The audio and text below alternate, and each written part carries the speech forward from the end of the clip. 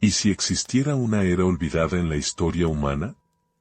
Un tiempo remoto cuando dioses caminaban entre nosotros, cuando el cielo mismo se desplomó sobre la tierra, y toda memoria de aquella era fue meticulosamente borrada.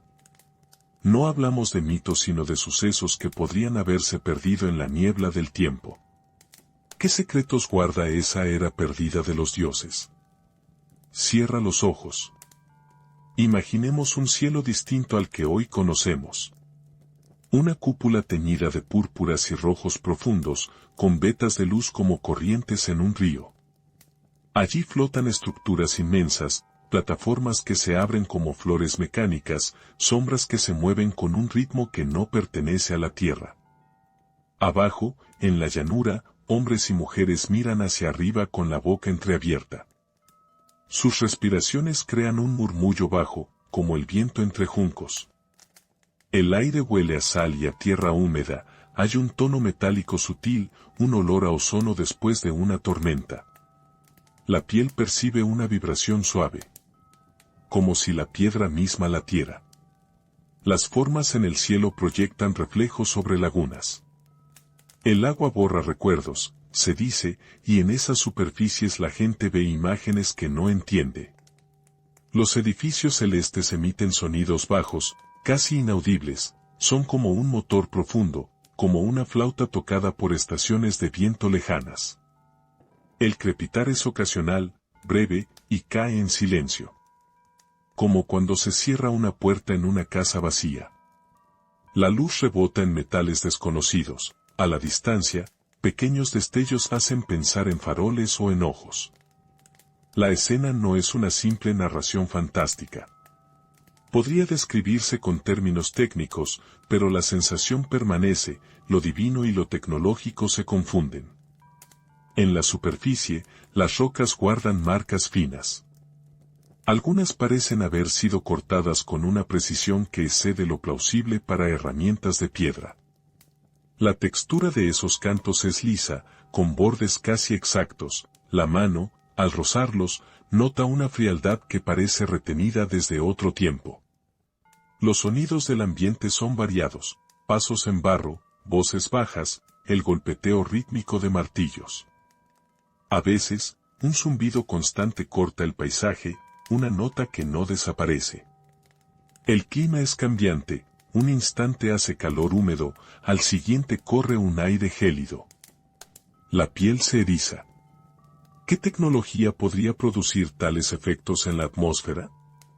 Imaginar esto es también imaginar logística, enormes plataformas sobre las nubes implican materiales, energía y conocimientos de ingeniería. Pensemos en un estadio moderno, multiplicado por cientos. Pensemos en la Ciudad de México, con sus autopistas y metrobuses, trasladada a las nubes. Las fuerzas necesarias para sostener estructuras así obligan a replantear lo que pensamos sobre las capacidades humanas en el pasado. ¿Nuestros instrumentos modernos detectarían vestigios de aquella ingeniería? ¿Qué mediríamos primero? ¿Isótopos extraños en sedimentos, campos magnéticos residuales, o patrones de erosión atípicos en megalitos? El paisaje sonoro cambia cuando el sol se esconde detrás de nubes densas.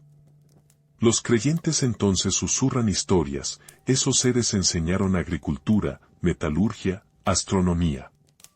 Aprendieron a leer el cielo. Otros los llaman dioses por la incapacidad de su lenguaje para nombrar aquello que superaba su experiencia. El vocabulario se queda corto, la voz humana tiembla.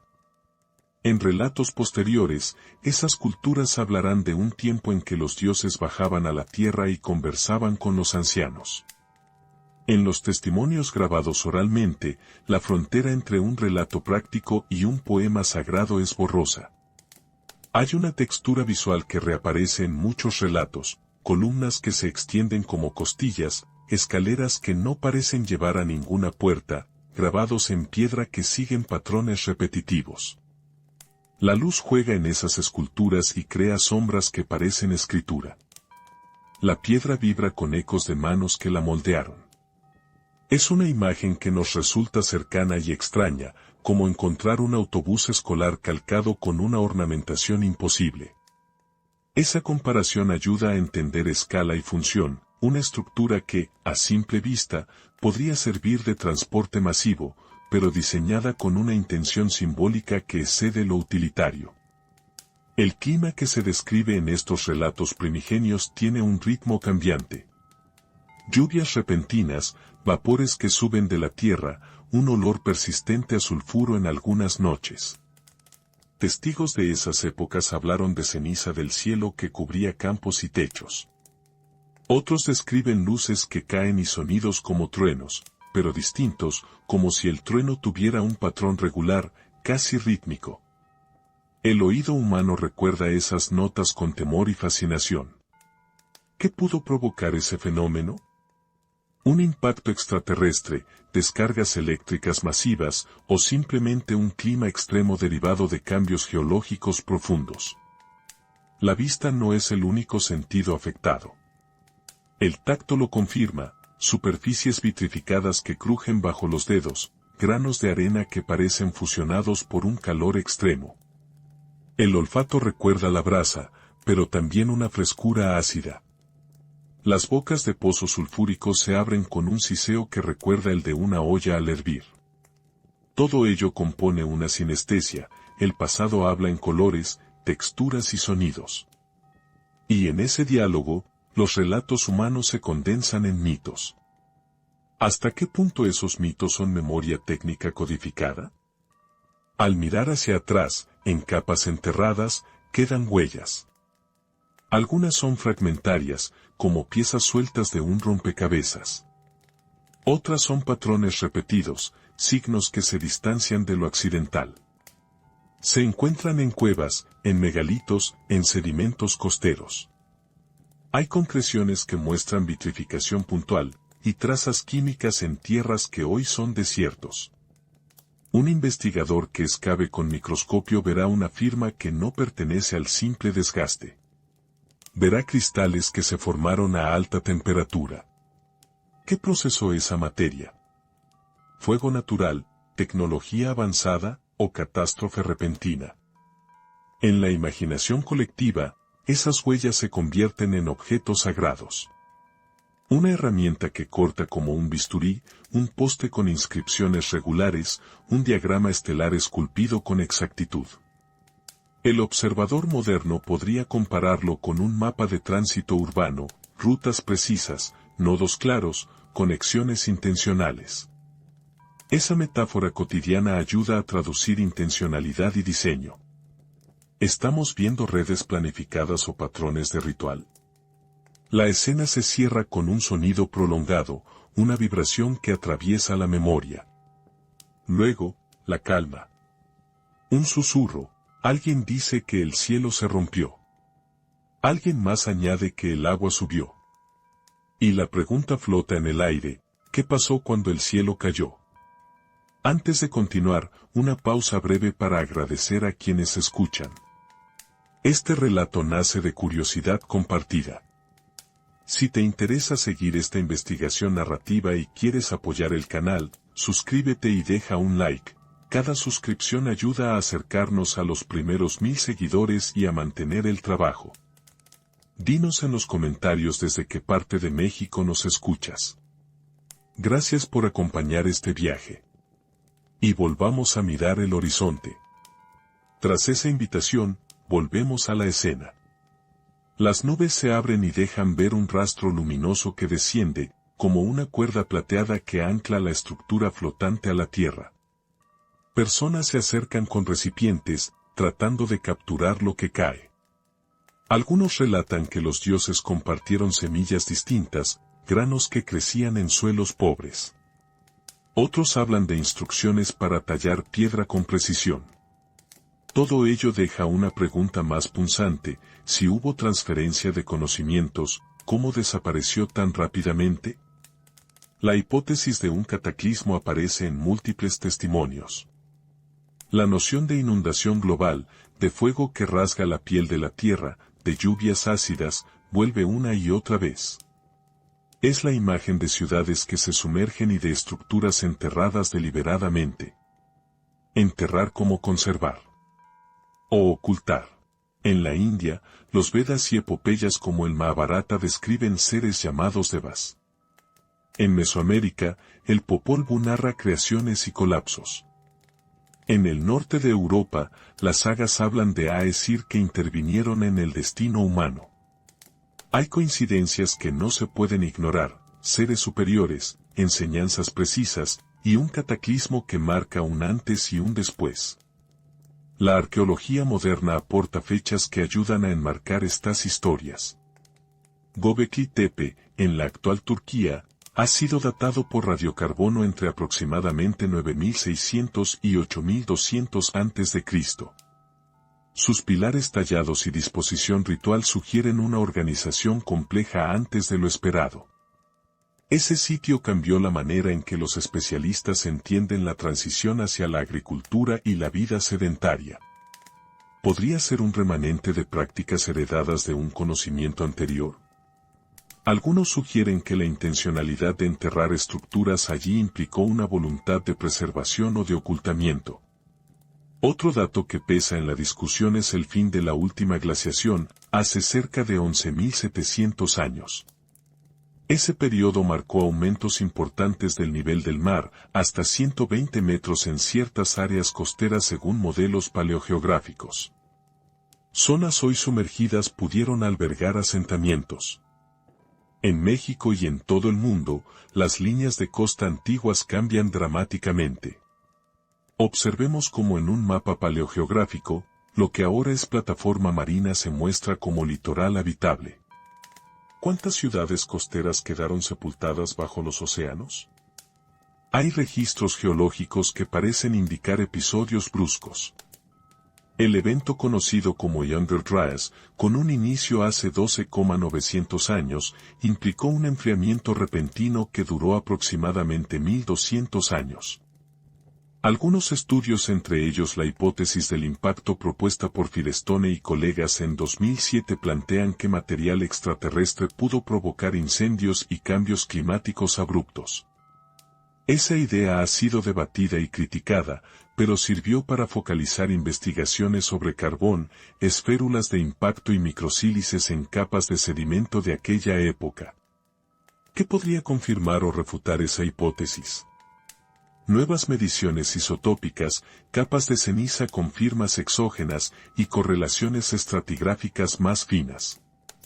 En Bolivia, el complejo de Pumapunku-Tiwanaku sorprende por la precisión del corte en sus bloques megalíticos.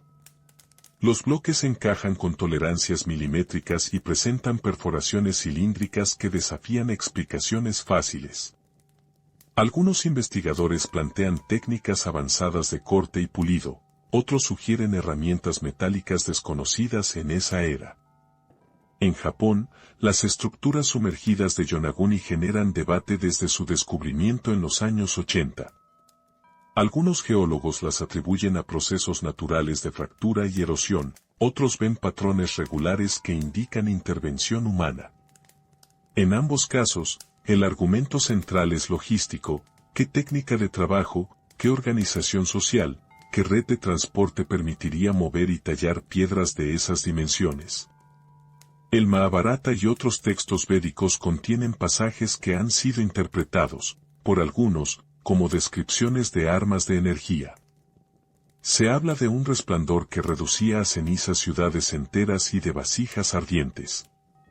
En sitios arqueológicos del subcontinente indio se han encontrado arenas vitrificadas y suelos con vidrio natural, que requieren temperaturas elevadas para su formación.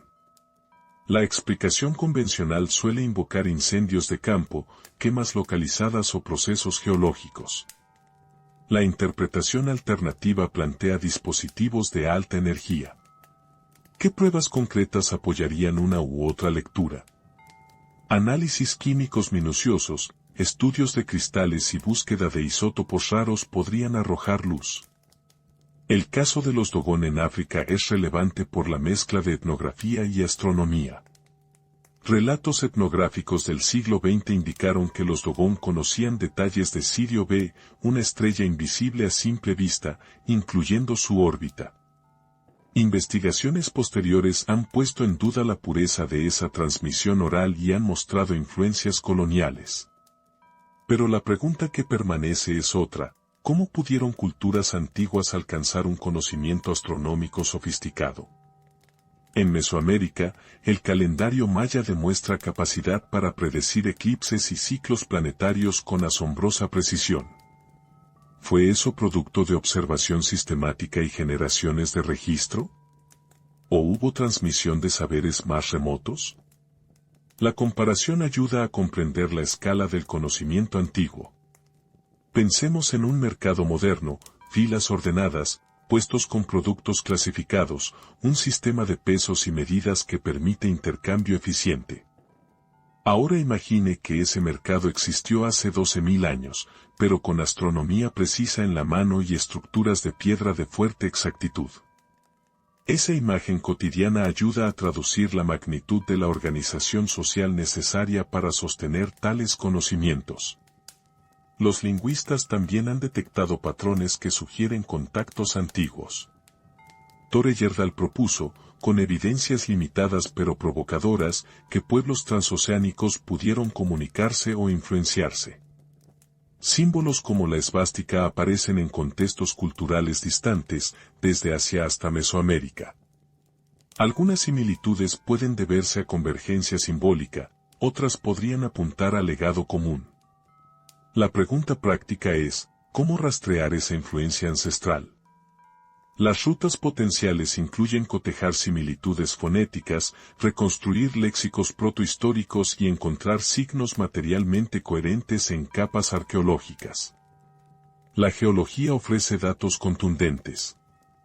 En capas sedimentarias alrededor del Atlántico y Pacífico se encuentran variaciones rápidas en polen, niveles de carbón y depósitos de sal que indican cambios ambientales bruscos. Modelos climáticos sugieren que la fusión de capas de hielo y la redistribución de corrientes oceánicas provocaron inundaciones masivas en zonas costeras entre 12.000 y 11.700 años atrás. Esos procesos explicarían la desaparición de asentamientos costeros y la pérdida de registros. ¿Pero explican todo? ¿Y si además hubo fenómenos de alta energía que alteraron comunidades humanas y borraron tecnologías? En el registro arqueológico se observan rupturas culturales, emplazamientos que muestran abandono súbito, cambios en la tecnología de herramientas y reducciones demográficas en capas específicas. En algunos casos, estructuras fueron enterradas intencionalmente. Göbekli Tepe, por ejemplo, presenta niveles de ocupación que concluyen con su enterramiento deliberado. ¿Por qué se entierra un lugar de culto? Las interpretaciones varían, desde el intento de mantenerlo intacto, hasta la señal de una decisión ritual o la respuesta a una amenaza externa. La decisión humana de ocultar información no es nueva. En la historia reciente conocemos ejemplos: bibliotecas quemadas, archivos destruidos.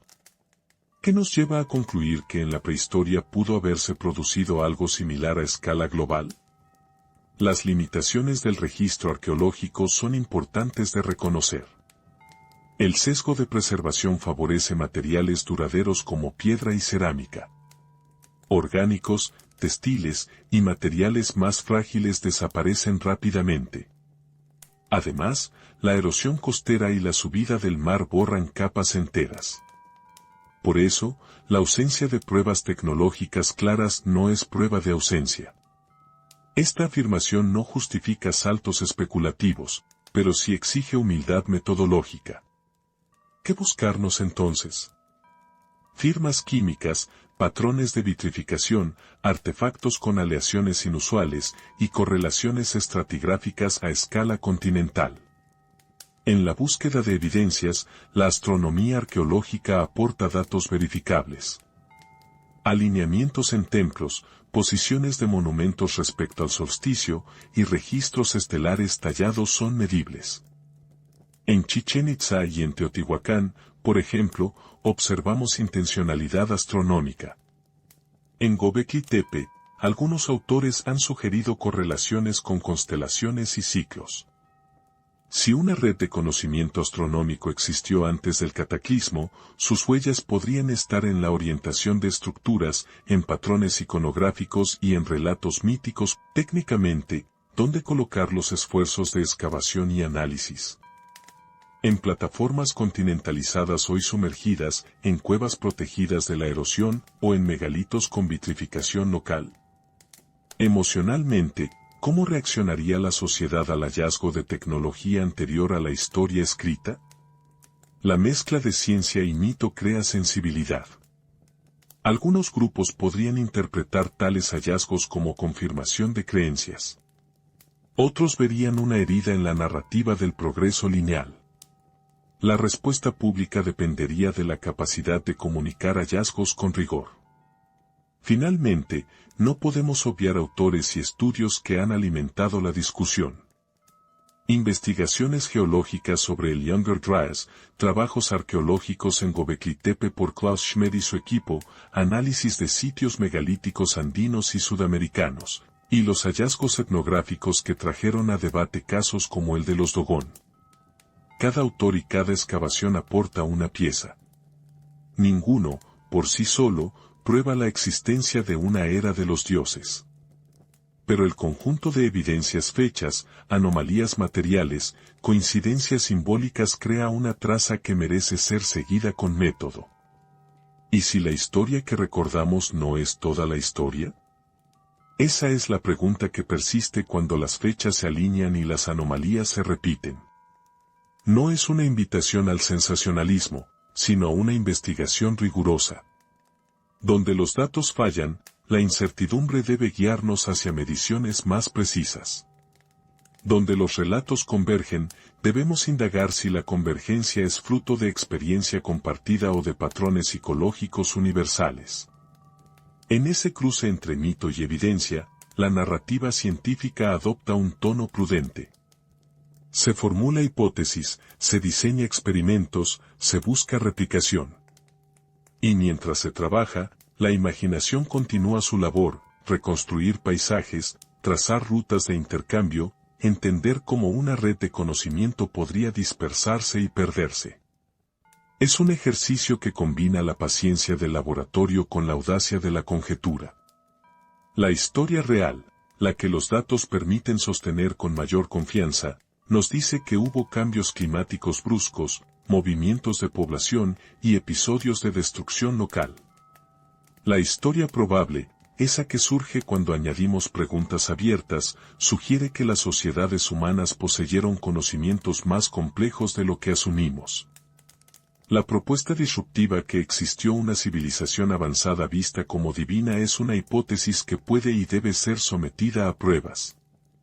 Si esas pruebas arrojan resultados coincidentes, la reconstrucción del pasado cambiaría radicalmente. Por ahora, la responsabilidad es doble, excavar con cuidado y comunicar con claridad. El pasado reclama paciencia. La evidencia exige rigor. Y la curiosidad, humilde, sigue preguntando. ¿Qué más debemos medir para acercarnos a la verdad? La primera fractura en la narrativa aceptada aparece cuando la evidencia material y la memoria oral no coinciden. En campo abierto, donde la erosión y la arqueología han dejado huellas, emergen objetos y paisajes que no encajan en la cronología esperada. Pilares enteros que terminan ocultos bajo tierra. Superficies vitrificadas en suelos que, por su contexto, no deberían haber alcanzado las temperaturas observadas. Perforaciones cilíndricas en bloques donde la tecnología conocida de la época sería insuficiente.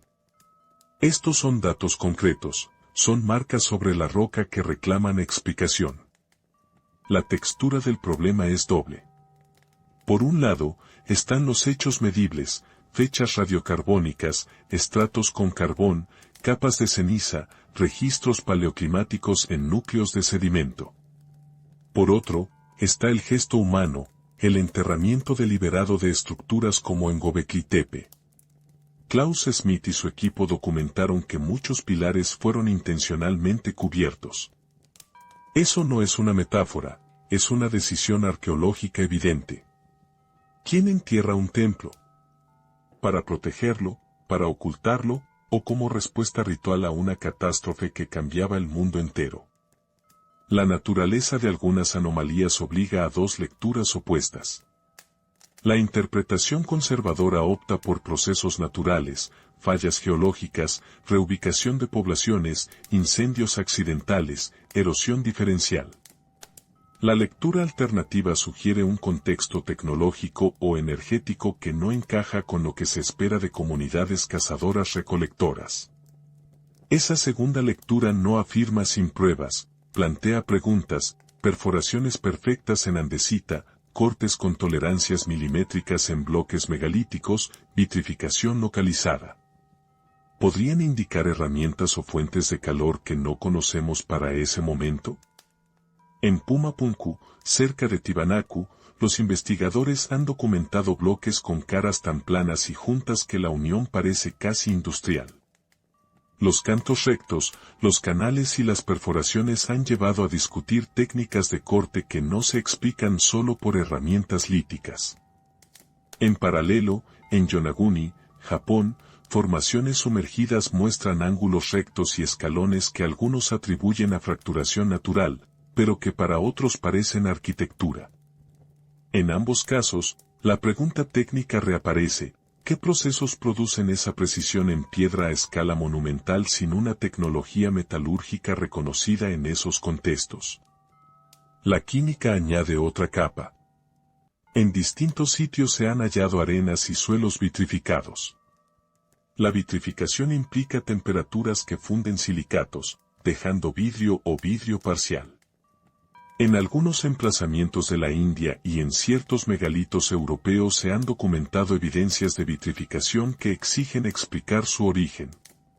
Los cristales formados a altas temperaturas tienen microestructuras que pueden leerse con técnicas como difracción de rayos X o microscopía electrónica. Esos análisis indican a veces picos térmicos que no son coherentes con un fuego de campo. ¿Fueron fuegos intencionales? ¿Armas de energía? ¿Fenómenos naturales extremos? La geología introduce registros que parecen coincidir con rupturas culturales.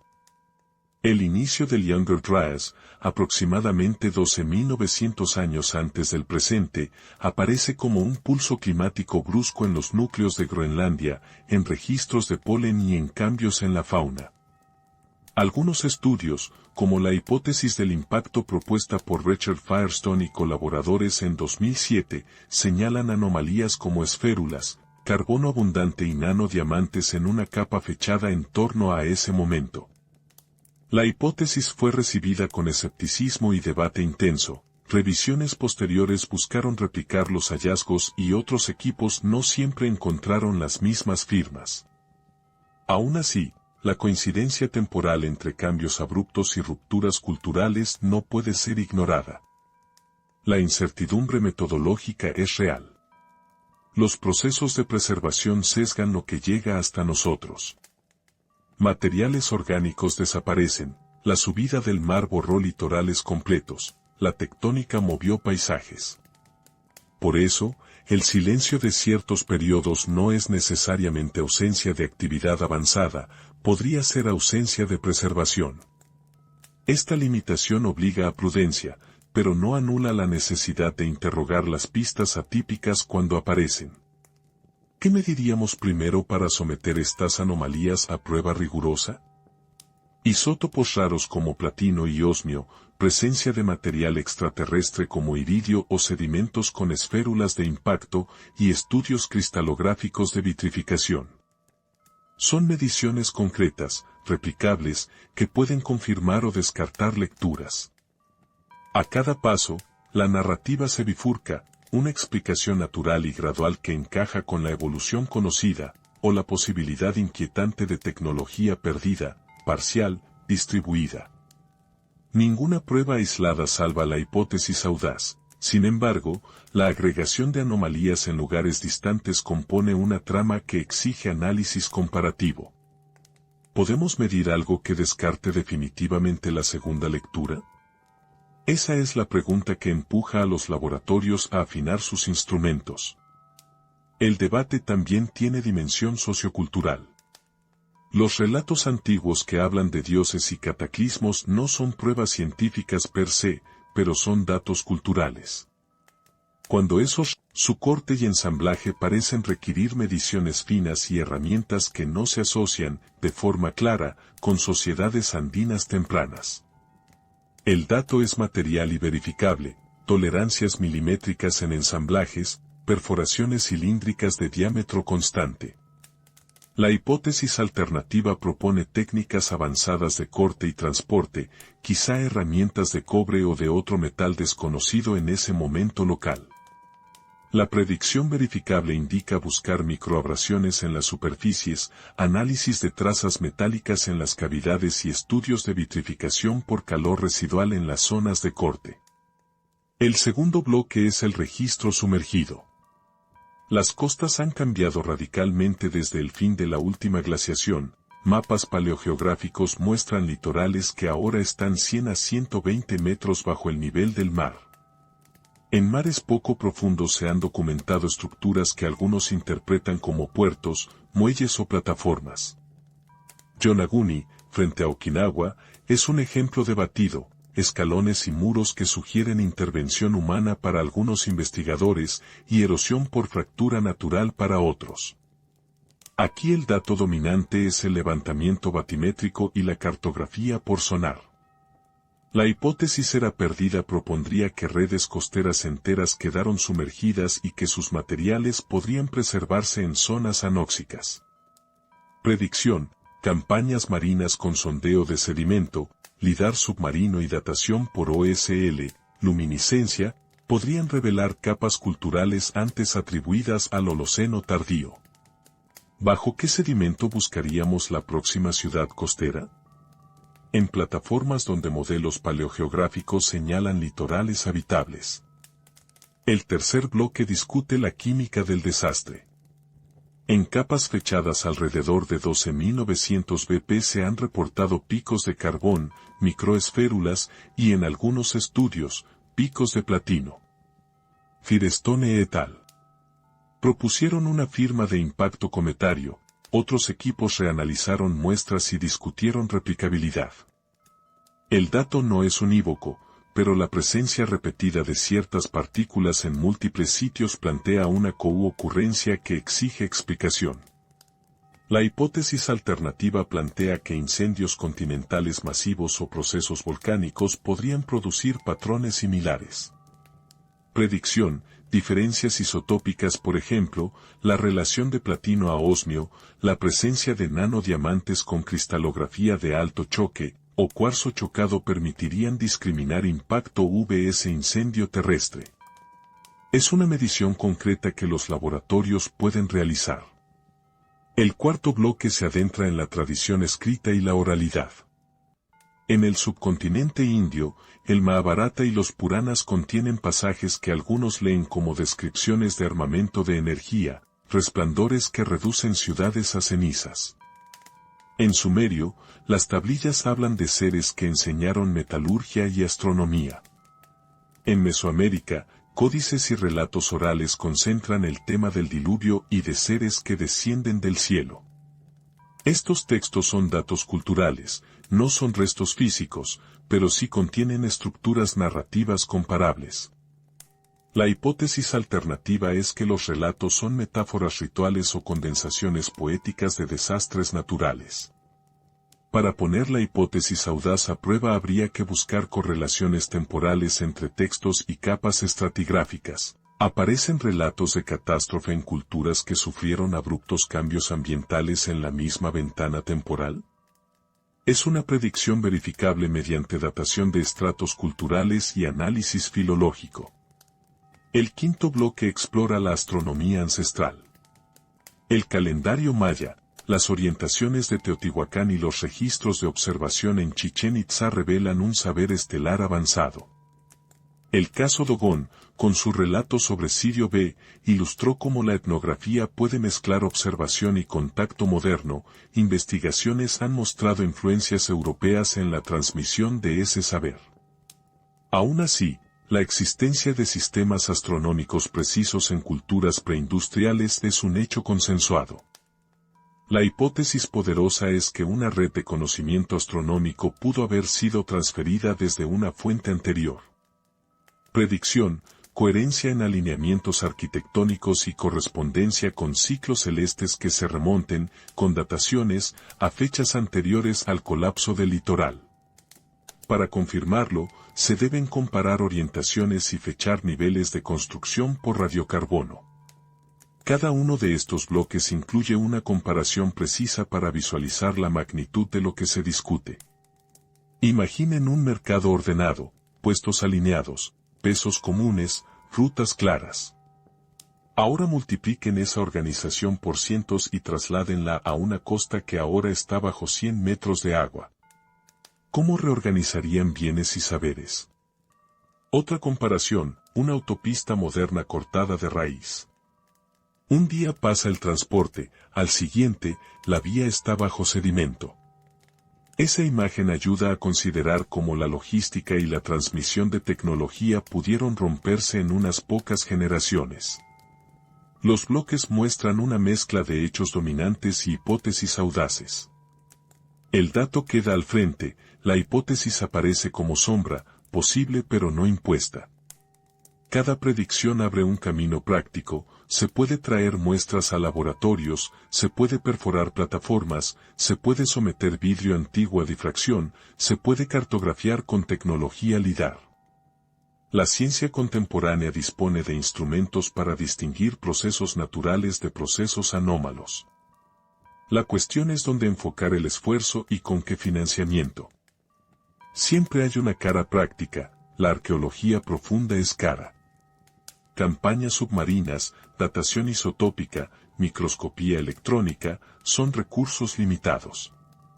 Por eso, priorizar sitios con co-ocurrencia de anomalías, por ejemplo, en sitios donde hay megalitos con vitrificación y una leyenda local sobre inundación es una estrategia sensata. Esta es una predicción operativa. Los mejores candidatos para hallar evidencias de una era perdida serán lugares costeros con estructuras megalíticas cercanas y relatos tradicionales de catástrofe. A pesar de todo, persiste el enigma más poderoso, la agregación de anomalías en regiones dispares. La suma de bloques produce una pregunta que no se disipa con una sola medición. ¿Y si la acumulación de evidencia sugiere no un evento local, sino una serie de procesos sincronizados que afectaron hemisferios enteros? Esa posibilidad obliga a pensar en modelos globales, a comparar sedimentos atlánticos y pacíficos, a buscar firmas isotópicas que crucen continentes. Es un trabajo de detective planetario. Pero siempre volvemos a una exigencia metodológica, replicación. Un hallazgo brillante en un laboratorio es valioso solo si otras muestras muestran la misma firma. Por eso todas las predicciones son replicables por diseño. Las mediciones isotópicas, la cartografía submarina y el análisis arquitectónico son procedimientos públicos. El plan de investigación que surge de estos bloques es claro, mapa de prioridades, protocolo de muestreo y criterios de rechazo. ¿Y si no encontramos nada nuevo? Entonces la hipótesis audaz se debilita. ¿Y si sí? Las implicaciones serían profundas. La hipótesis central se articula en una frase pivote que resume el gran qué pasaría si. Quizá hubo una era en la que una civilización o una red de grupos tecnológicamente avanzados interpretados luego como dioses interactuó con humanos, transmitió saberes complejos, y dejó señales materiales que hoy interpretamos como misterio. Esa frase no es una conclusión, es un marco para desplazar el debate desde lo anecdótico hacia predicciones verificables. Si aceptamos la formulación como hipótesis de trabajo, entonces debemos preguntarnos cómo operaría tal civilización y qué huellas dejaría. Operativa y logísticamente, una red de conocimientos a escala continental exige infraestructura, fuentes de energía, métodos de transporte, redes de manufactura y protocolos de transmisión de información. Pensemos en términos contemporáneos para medir la escala. La Ciudad de México, con su compleja red de suministro, representa un nodo logístico. Ahora imaginen nodos similares en costas hoy sumergidas, conectados por rutas marítimas que ya no existen. Para sostener estructuras megalíticas y trabajos de precisión se requerirían cadenas de producción, cantera, talleres, Si el saber era realmente global o plurirregional, entonces la pérdida total exige una perturbación severa, desplazamiento demográfico masivo, ruptura de redes de transmisión, o un acto intencional de ocultamiento por parte de las comunidades supervivientes. La arqueología sugiere que muchas sociedades enterraron o reutilizaron sitios sagrados. Göbekli Tepe es un ejemplo paradigmático. El enterramiento deliberado de estructuras rituales sugiere una decisión colectiva. Fue un gesto de preservación, de cierre ritual, o de borrado consciente. Cada lectura tiene implicaciones distintas sobre la organización social que la ejecutó. La hipótesis también propone señales culturales, convergencias en mitos, símbolos y prácticas rituales que podrían derivarse de una matriz común. La recurrencia del mito del diluvio en más de 200 culturas es un dato antropológico robusto. No prueba tecnología, pero muestra una experiencia compartida de catástrofe hídrica. Si esa experiencia se liga a cambios materiales detectables, la sinergia entre texto y sedimento se vuelve una pieza fuerte de evidencia. Desde el punto de vista científico, la hipótesis exige falsabilidad. ¿Qué evidencias la refutarían? Hallazgos contundentes de continuidad tecnológica sin ruptura, ausencia sistemática de firmas isotópicas en las secuencias temporales clave y explicaciones geoambientales completas para vitrificación y cortes en piedra, reducirían la plausibilidad. Por eso la hipótesis se plantea no como dogma, sino como programa de investigación, define qué medir, dónde excavar, y que negaría su validez. El enfoque operativo sugiere una hoja de ruta para la investigación. Primero, priorizar regiones con co-ocurrencia de anomalías, megalitos con vitrificación, relatos orales de catástrofe y mapas paleogeográficos que apuntan a litorales ahora sumergidos. Segundo, ejecutar muestreos sistemáticos, sedimentos marinos para detectar picos de platino y microesférulas, cortes petrográficos de bloques megalíticos, dataciones por múltiples métodos para evitar sesgos.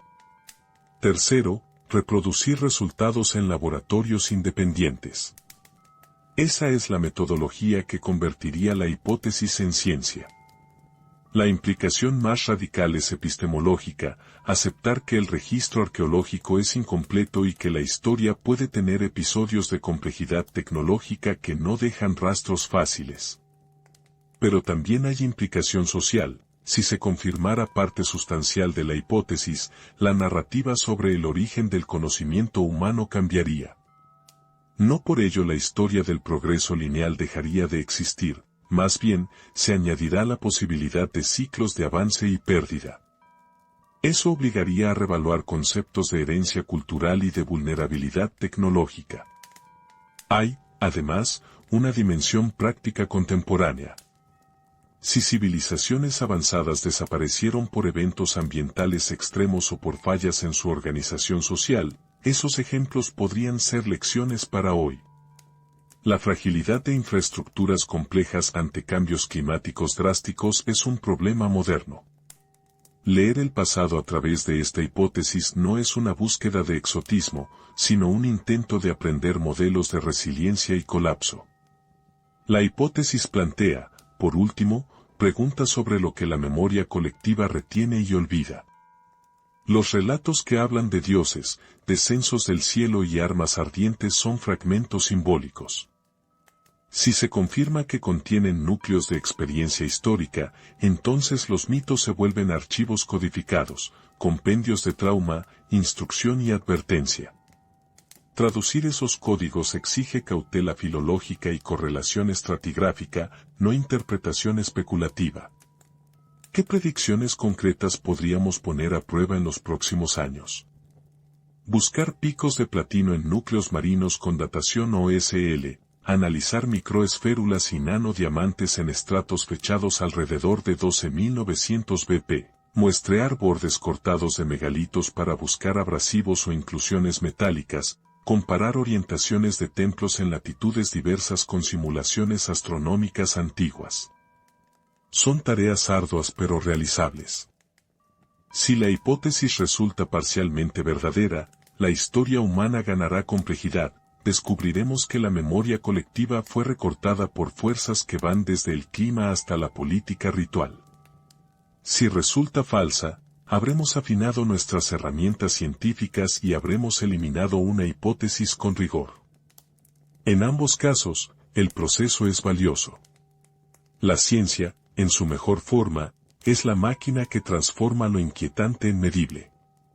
La gran apuesta queda formulada con claridad y con límites. No se propone un relato místico sin pruebas, sino un programa de investigación que toma hechos anómalos en serio y los convierte en preguntas y experimentos. Ese es el punto de encuentro entre la imaginación y la disciplina, convertir la sospecha en diseño experimental, la tradición en hipótesis falsevel, el mito en un mapa de trabajo. ¿Dónde empezar? La respuesta práctica es sencilla, en los márgenes. En los litorales sumergidos, en los megalitos acuñados por vitrificación, en los relatos que coinciden con capas de cambio climático. Allí, mediante muestreo riguroso y replicación, podremos sostener o dejar caer la gran hipótesis. Y mientras la ciencia avanza, la pregunta mayor persiste: ¿qué nos dirán las piedras cuando aprendamos a escucharlas con instrumentos que aún no empleamos plenamente? Si la hipótesis esa sombra que proponemos tuviera al menos un núcleo de verdad, sus consecuencias atravesarían capas que van de la teología a la ingeniería. La primera capa es la de la religión y la memoria colectiva. Los relatos de dioses que enseñan artes y luego se retiran no serían solo mitos simbólicos, podrían ser memorias sociales de contactos técnicos. Klaus Schmidt, en las excavaciones de Göbekli Tepe, halló trazos de ritualidad compleja en estructuras fechadas en torno al 11,510,000 AC que sorprendieron a la comunidad arqueológica. Ese dato real obliga a preguntar: ¿qué ocurre cuando un relato sagrado contiene información técnica útil, pero su forma ritual lo convierte en enigma? La segunda capa es epistemológica. Las ciencias humanas y las ciencias duras usan criterios diferentes para justificar conocimiento. Si registros arqueológicos dispersos, Pumapunku, megalitos vitrificados en algunos yacimientos, firmas químicas en núcleos marinos, apuntaran a una red de saberes perdidos, habría un choque metodológico. ¿Cómo integrar testimonios literarios y mitos con firmas isotópicas y microestructura petrográfica? Aquí el dato manda, la evidencia física exige replicación. ¿Qué reproduciríamos primero? El tercer efecto es sobre la identidad. Para los pueblos que guardan mitos del diluvio o de antepasados que bajaron del cielo, la confirmación parcial de eventos reales reconfiguraría mitos locales en líneas históricas verificables. Imagine la costa del Golfo de México, ahora sumergida en modelos paleogeográficos. Comunidades indígenas con relatos de inundaciones masivas podrían ver su memoria revalorizada. Esto no es solo cambio académico, es política cultural. ¿Quién decide qué narrativas se convierten en patrimonio? La cuarta capa es tecnológica y arqueológica. Si existieron técnicas de trabajo en piedra con tolerancias milimétricas o procesos de vitrificación a temperaturas extraordinarias, habría que reevaluar cronologías de la tecnología. En Bolivia, los bloques de Pumapunku muestran cortes y perforaciones que algunos equipos han descrito como de precisión. Ese dato no prueba maquinaria moderna, pero sí obliga a reabrir preguntas sobre herramientas perdidas y cadenas de producción. ¿Qué buscaríamos primero en un bloque cortado? Microabrasiones, inclusiones metálicas, polvos de abrasión preservados en cavidades. La quinta implicación es sistémica, memoria distribuida vs memoria centralizada. Las tradiciones dispersas que comparten mitos podrían ser vestigios de protocolos culturales diseñados para preservar fragmentos de conocimiento en formas no técnicas, rituales, mitos, danzas. Esa sería una estrategia de supervivencia cognitiva, esconder saberes peligrosos en la forma de relatos sagrados. Pero si la red original colapsó, la transmisión habría sufrido deriva cultural y pérdida de instrucciones prácticas. ¿Cómo reconstruir manuales técnicos a partir de mitos? Es una logística que mezcla sonar multiaz, lidar aéreo y análisis isotópico en laboratorios con capacidades para medir platino, osmio o nanodiamantes. ¿Quién financiará esa cruzada? En el plano del conocimiento, hay una consecuencia delicada, la reinterpretación de la linealidad del progreso. Si se confirmara que hubo episodios previos de complejidad tecnológica, la narrativa escolar sobre un avance continuo debería ampliarse a avances y pérdidas. Esa expansión no reduce los logros recientes, los enmarca en ciclos. Imagine un libro de historia que en lugar de una flecha ascendente, dibuje ondas. Para la pedagogía esto es revolucionario, la infancia aprendería que las tecnologías son frágiles y que la conservación cultural requiere protocolos redundantes. También hay limitaciones irreductibles. La preservación selectiva es un sesgo fuerte. Materiales orgánicos desaparecen. Estructuras de madera, tejidos y registros digitales no sobrevivirían 12.000 años en la mayoría de climas. Por eso la hipótesis pone el foco en lo durable, piedra, cerámica, vidrio, señales químicas en sedimentos. Pero incluso esos vestigios tienen sesgo de visibilidad, lo que yace bajo 100 metros de agua en plataformas continentales está fuera del alcance rutinario. El vacío en el registro no es evidencia de inexistencia, es un problema de muestreo. ¿Podemos aceptar que la ausencia no sea prueba? Desde la filosofía de la ciencia surge otra pregunta, falsabilidad. La hipótesis está diseñada para ser falsable. Predicciones claras: picos de platino en núcleos marinos fechados al Trias reciente, nanodiamantes con morfologías de alto choque, vitrificación con texturas que indiquen temperaturas superiores a 1200 grados centígrados pueden confirmarse o refutarse. Eso la convierte en programa de investigación, no en dogma. Sin embargo, existe riesgo de interpretación sesgada. Encontrar plata en un sedimento no es impacto, puede ser contaminación moderna. Por eso el control estadístico y la replicación independiente son necesarios. La dimensión antropológica añade otra pieza, identidad colectiva y trauma. Si los relatos de catástrofe global formaron parte de la memoria cultural, la pérdida del conocimiento técnico podría haber sido traumática y ritualizada. Göbekli Tepe, nuevamente, muestra prácticas de enterramiento de espacios rituales. ¿Fue ese enterramiento una forma de olvido deliberado, de cierre ritual para contener tecnología o memoria peligrosa?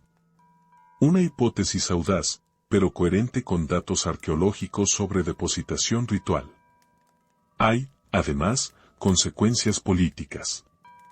En un mundo donde la validación científica de mitos populares se convierte en noticia, los estados y actores no científicos competirían por narrativas.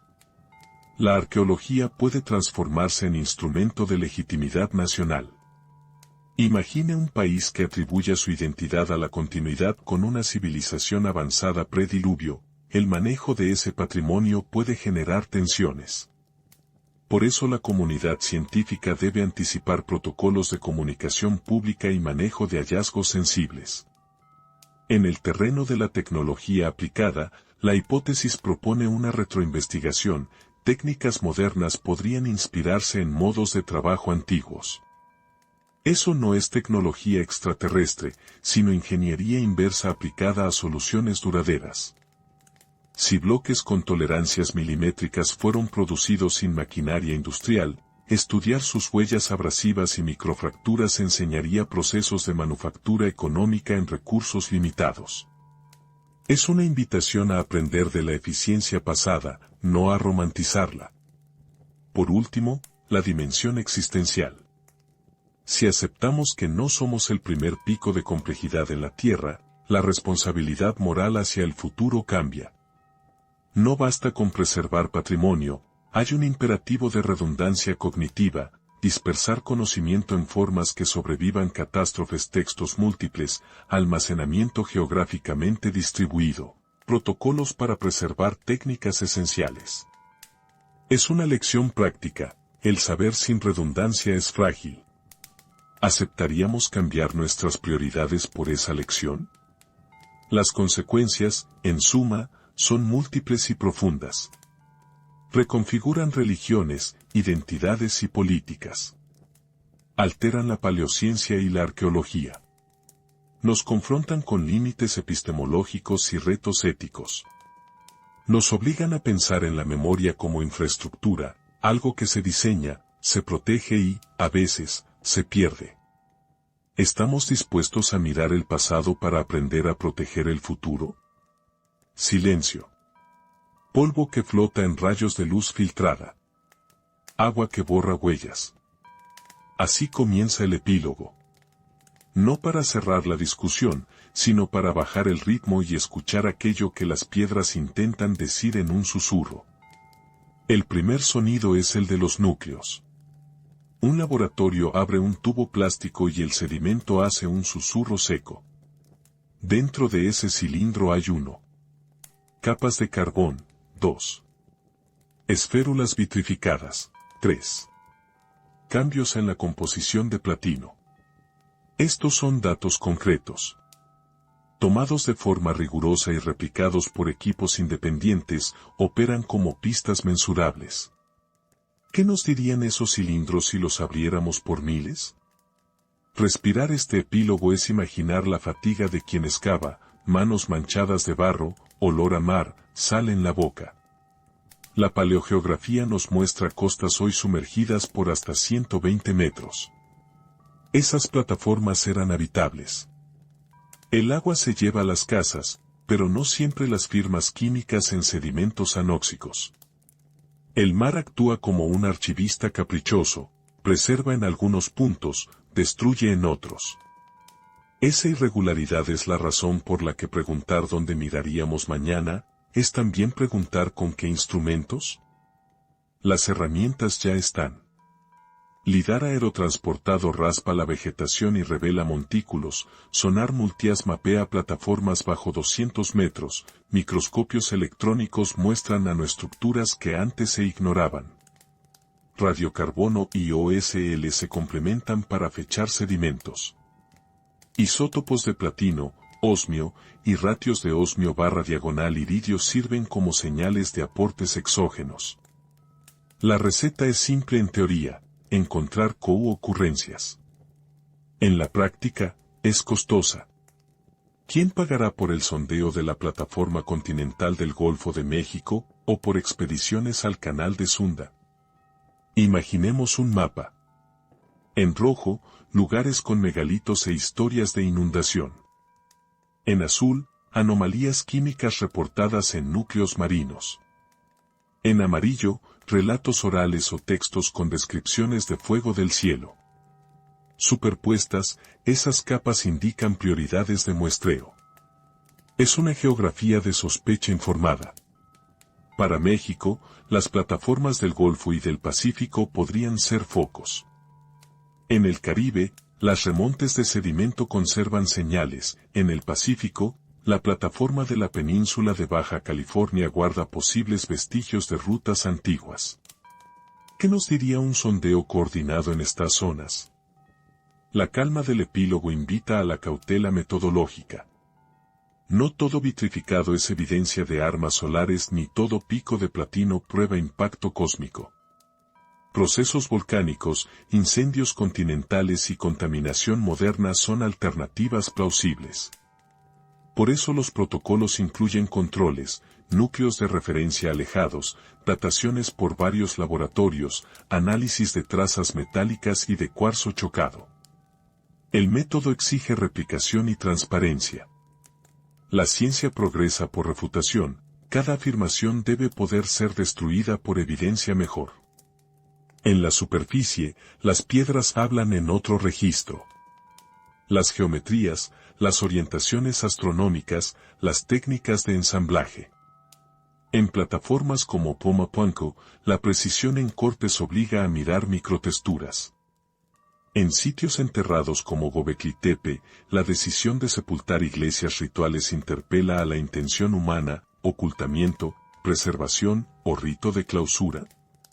Para decodificar esas intenciones se necesitan análisis interdisciplinarios, arqueometría, en paralelo, y no menos importante, revisar colecciones de museo, piezas olvidadas con incrustaciones, bloques cortados reusados en muros coloniales, herramientas de piedra con microabrasiones extrañas. Muchas claves están en custodia ya. El epílogo pide paciencia y rigor. La narrativa pública tenderá al asombro, el trabajo real es tedioso y lento. Lidar que revela montículos requiere seguimiento con sondeo. Un pico de platino en un núcleo exige confirmación por 2 laboratorios. Pero cada paso alimenta la imagen mayor. La esperanza del epílogo es que el esfuerzo no sea un ejercicio de revancha intelectual, sino una reconstrucción colaborativa de la memoria humana. Al caer la tarde imaginaria de este epílogo, hay una transición hacia el silencio. No es silencio de ignorancia, sino de escucha. De sostenimiento de preguntas. Porque la ciencia que cambia el mundo no grita, susurra y espera la réplica. El mar guarda núcleos. Las piedras contienen microfracturas. Los mitos conservan protocolos codificados. Todo está atento a quien quiera medir con método y humildad. Mañana. ¿Dónde miraríamos primero? Si no somos los primeros en alcanzar picos de complejidad, ¿qué haríamos distinto para no repetir esos olvidos? Cuéntanos tu teoría en los comentarios y dinos desde qué parte de México nos escuchas. Si este video te hizo pensar, suscríbete y comparte, cada suscripción nos ayuda a financiar las primeras expediciones y a llegar a 1000 inscritos. Gracias por escuchar, tu voz forma parte de la memoria en construcción.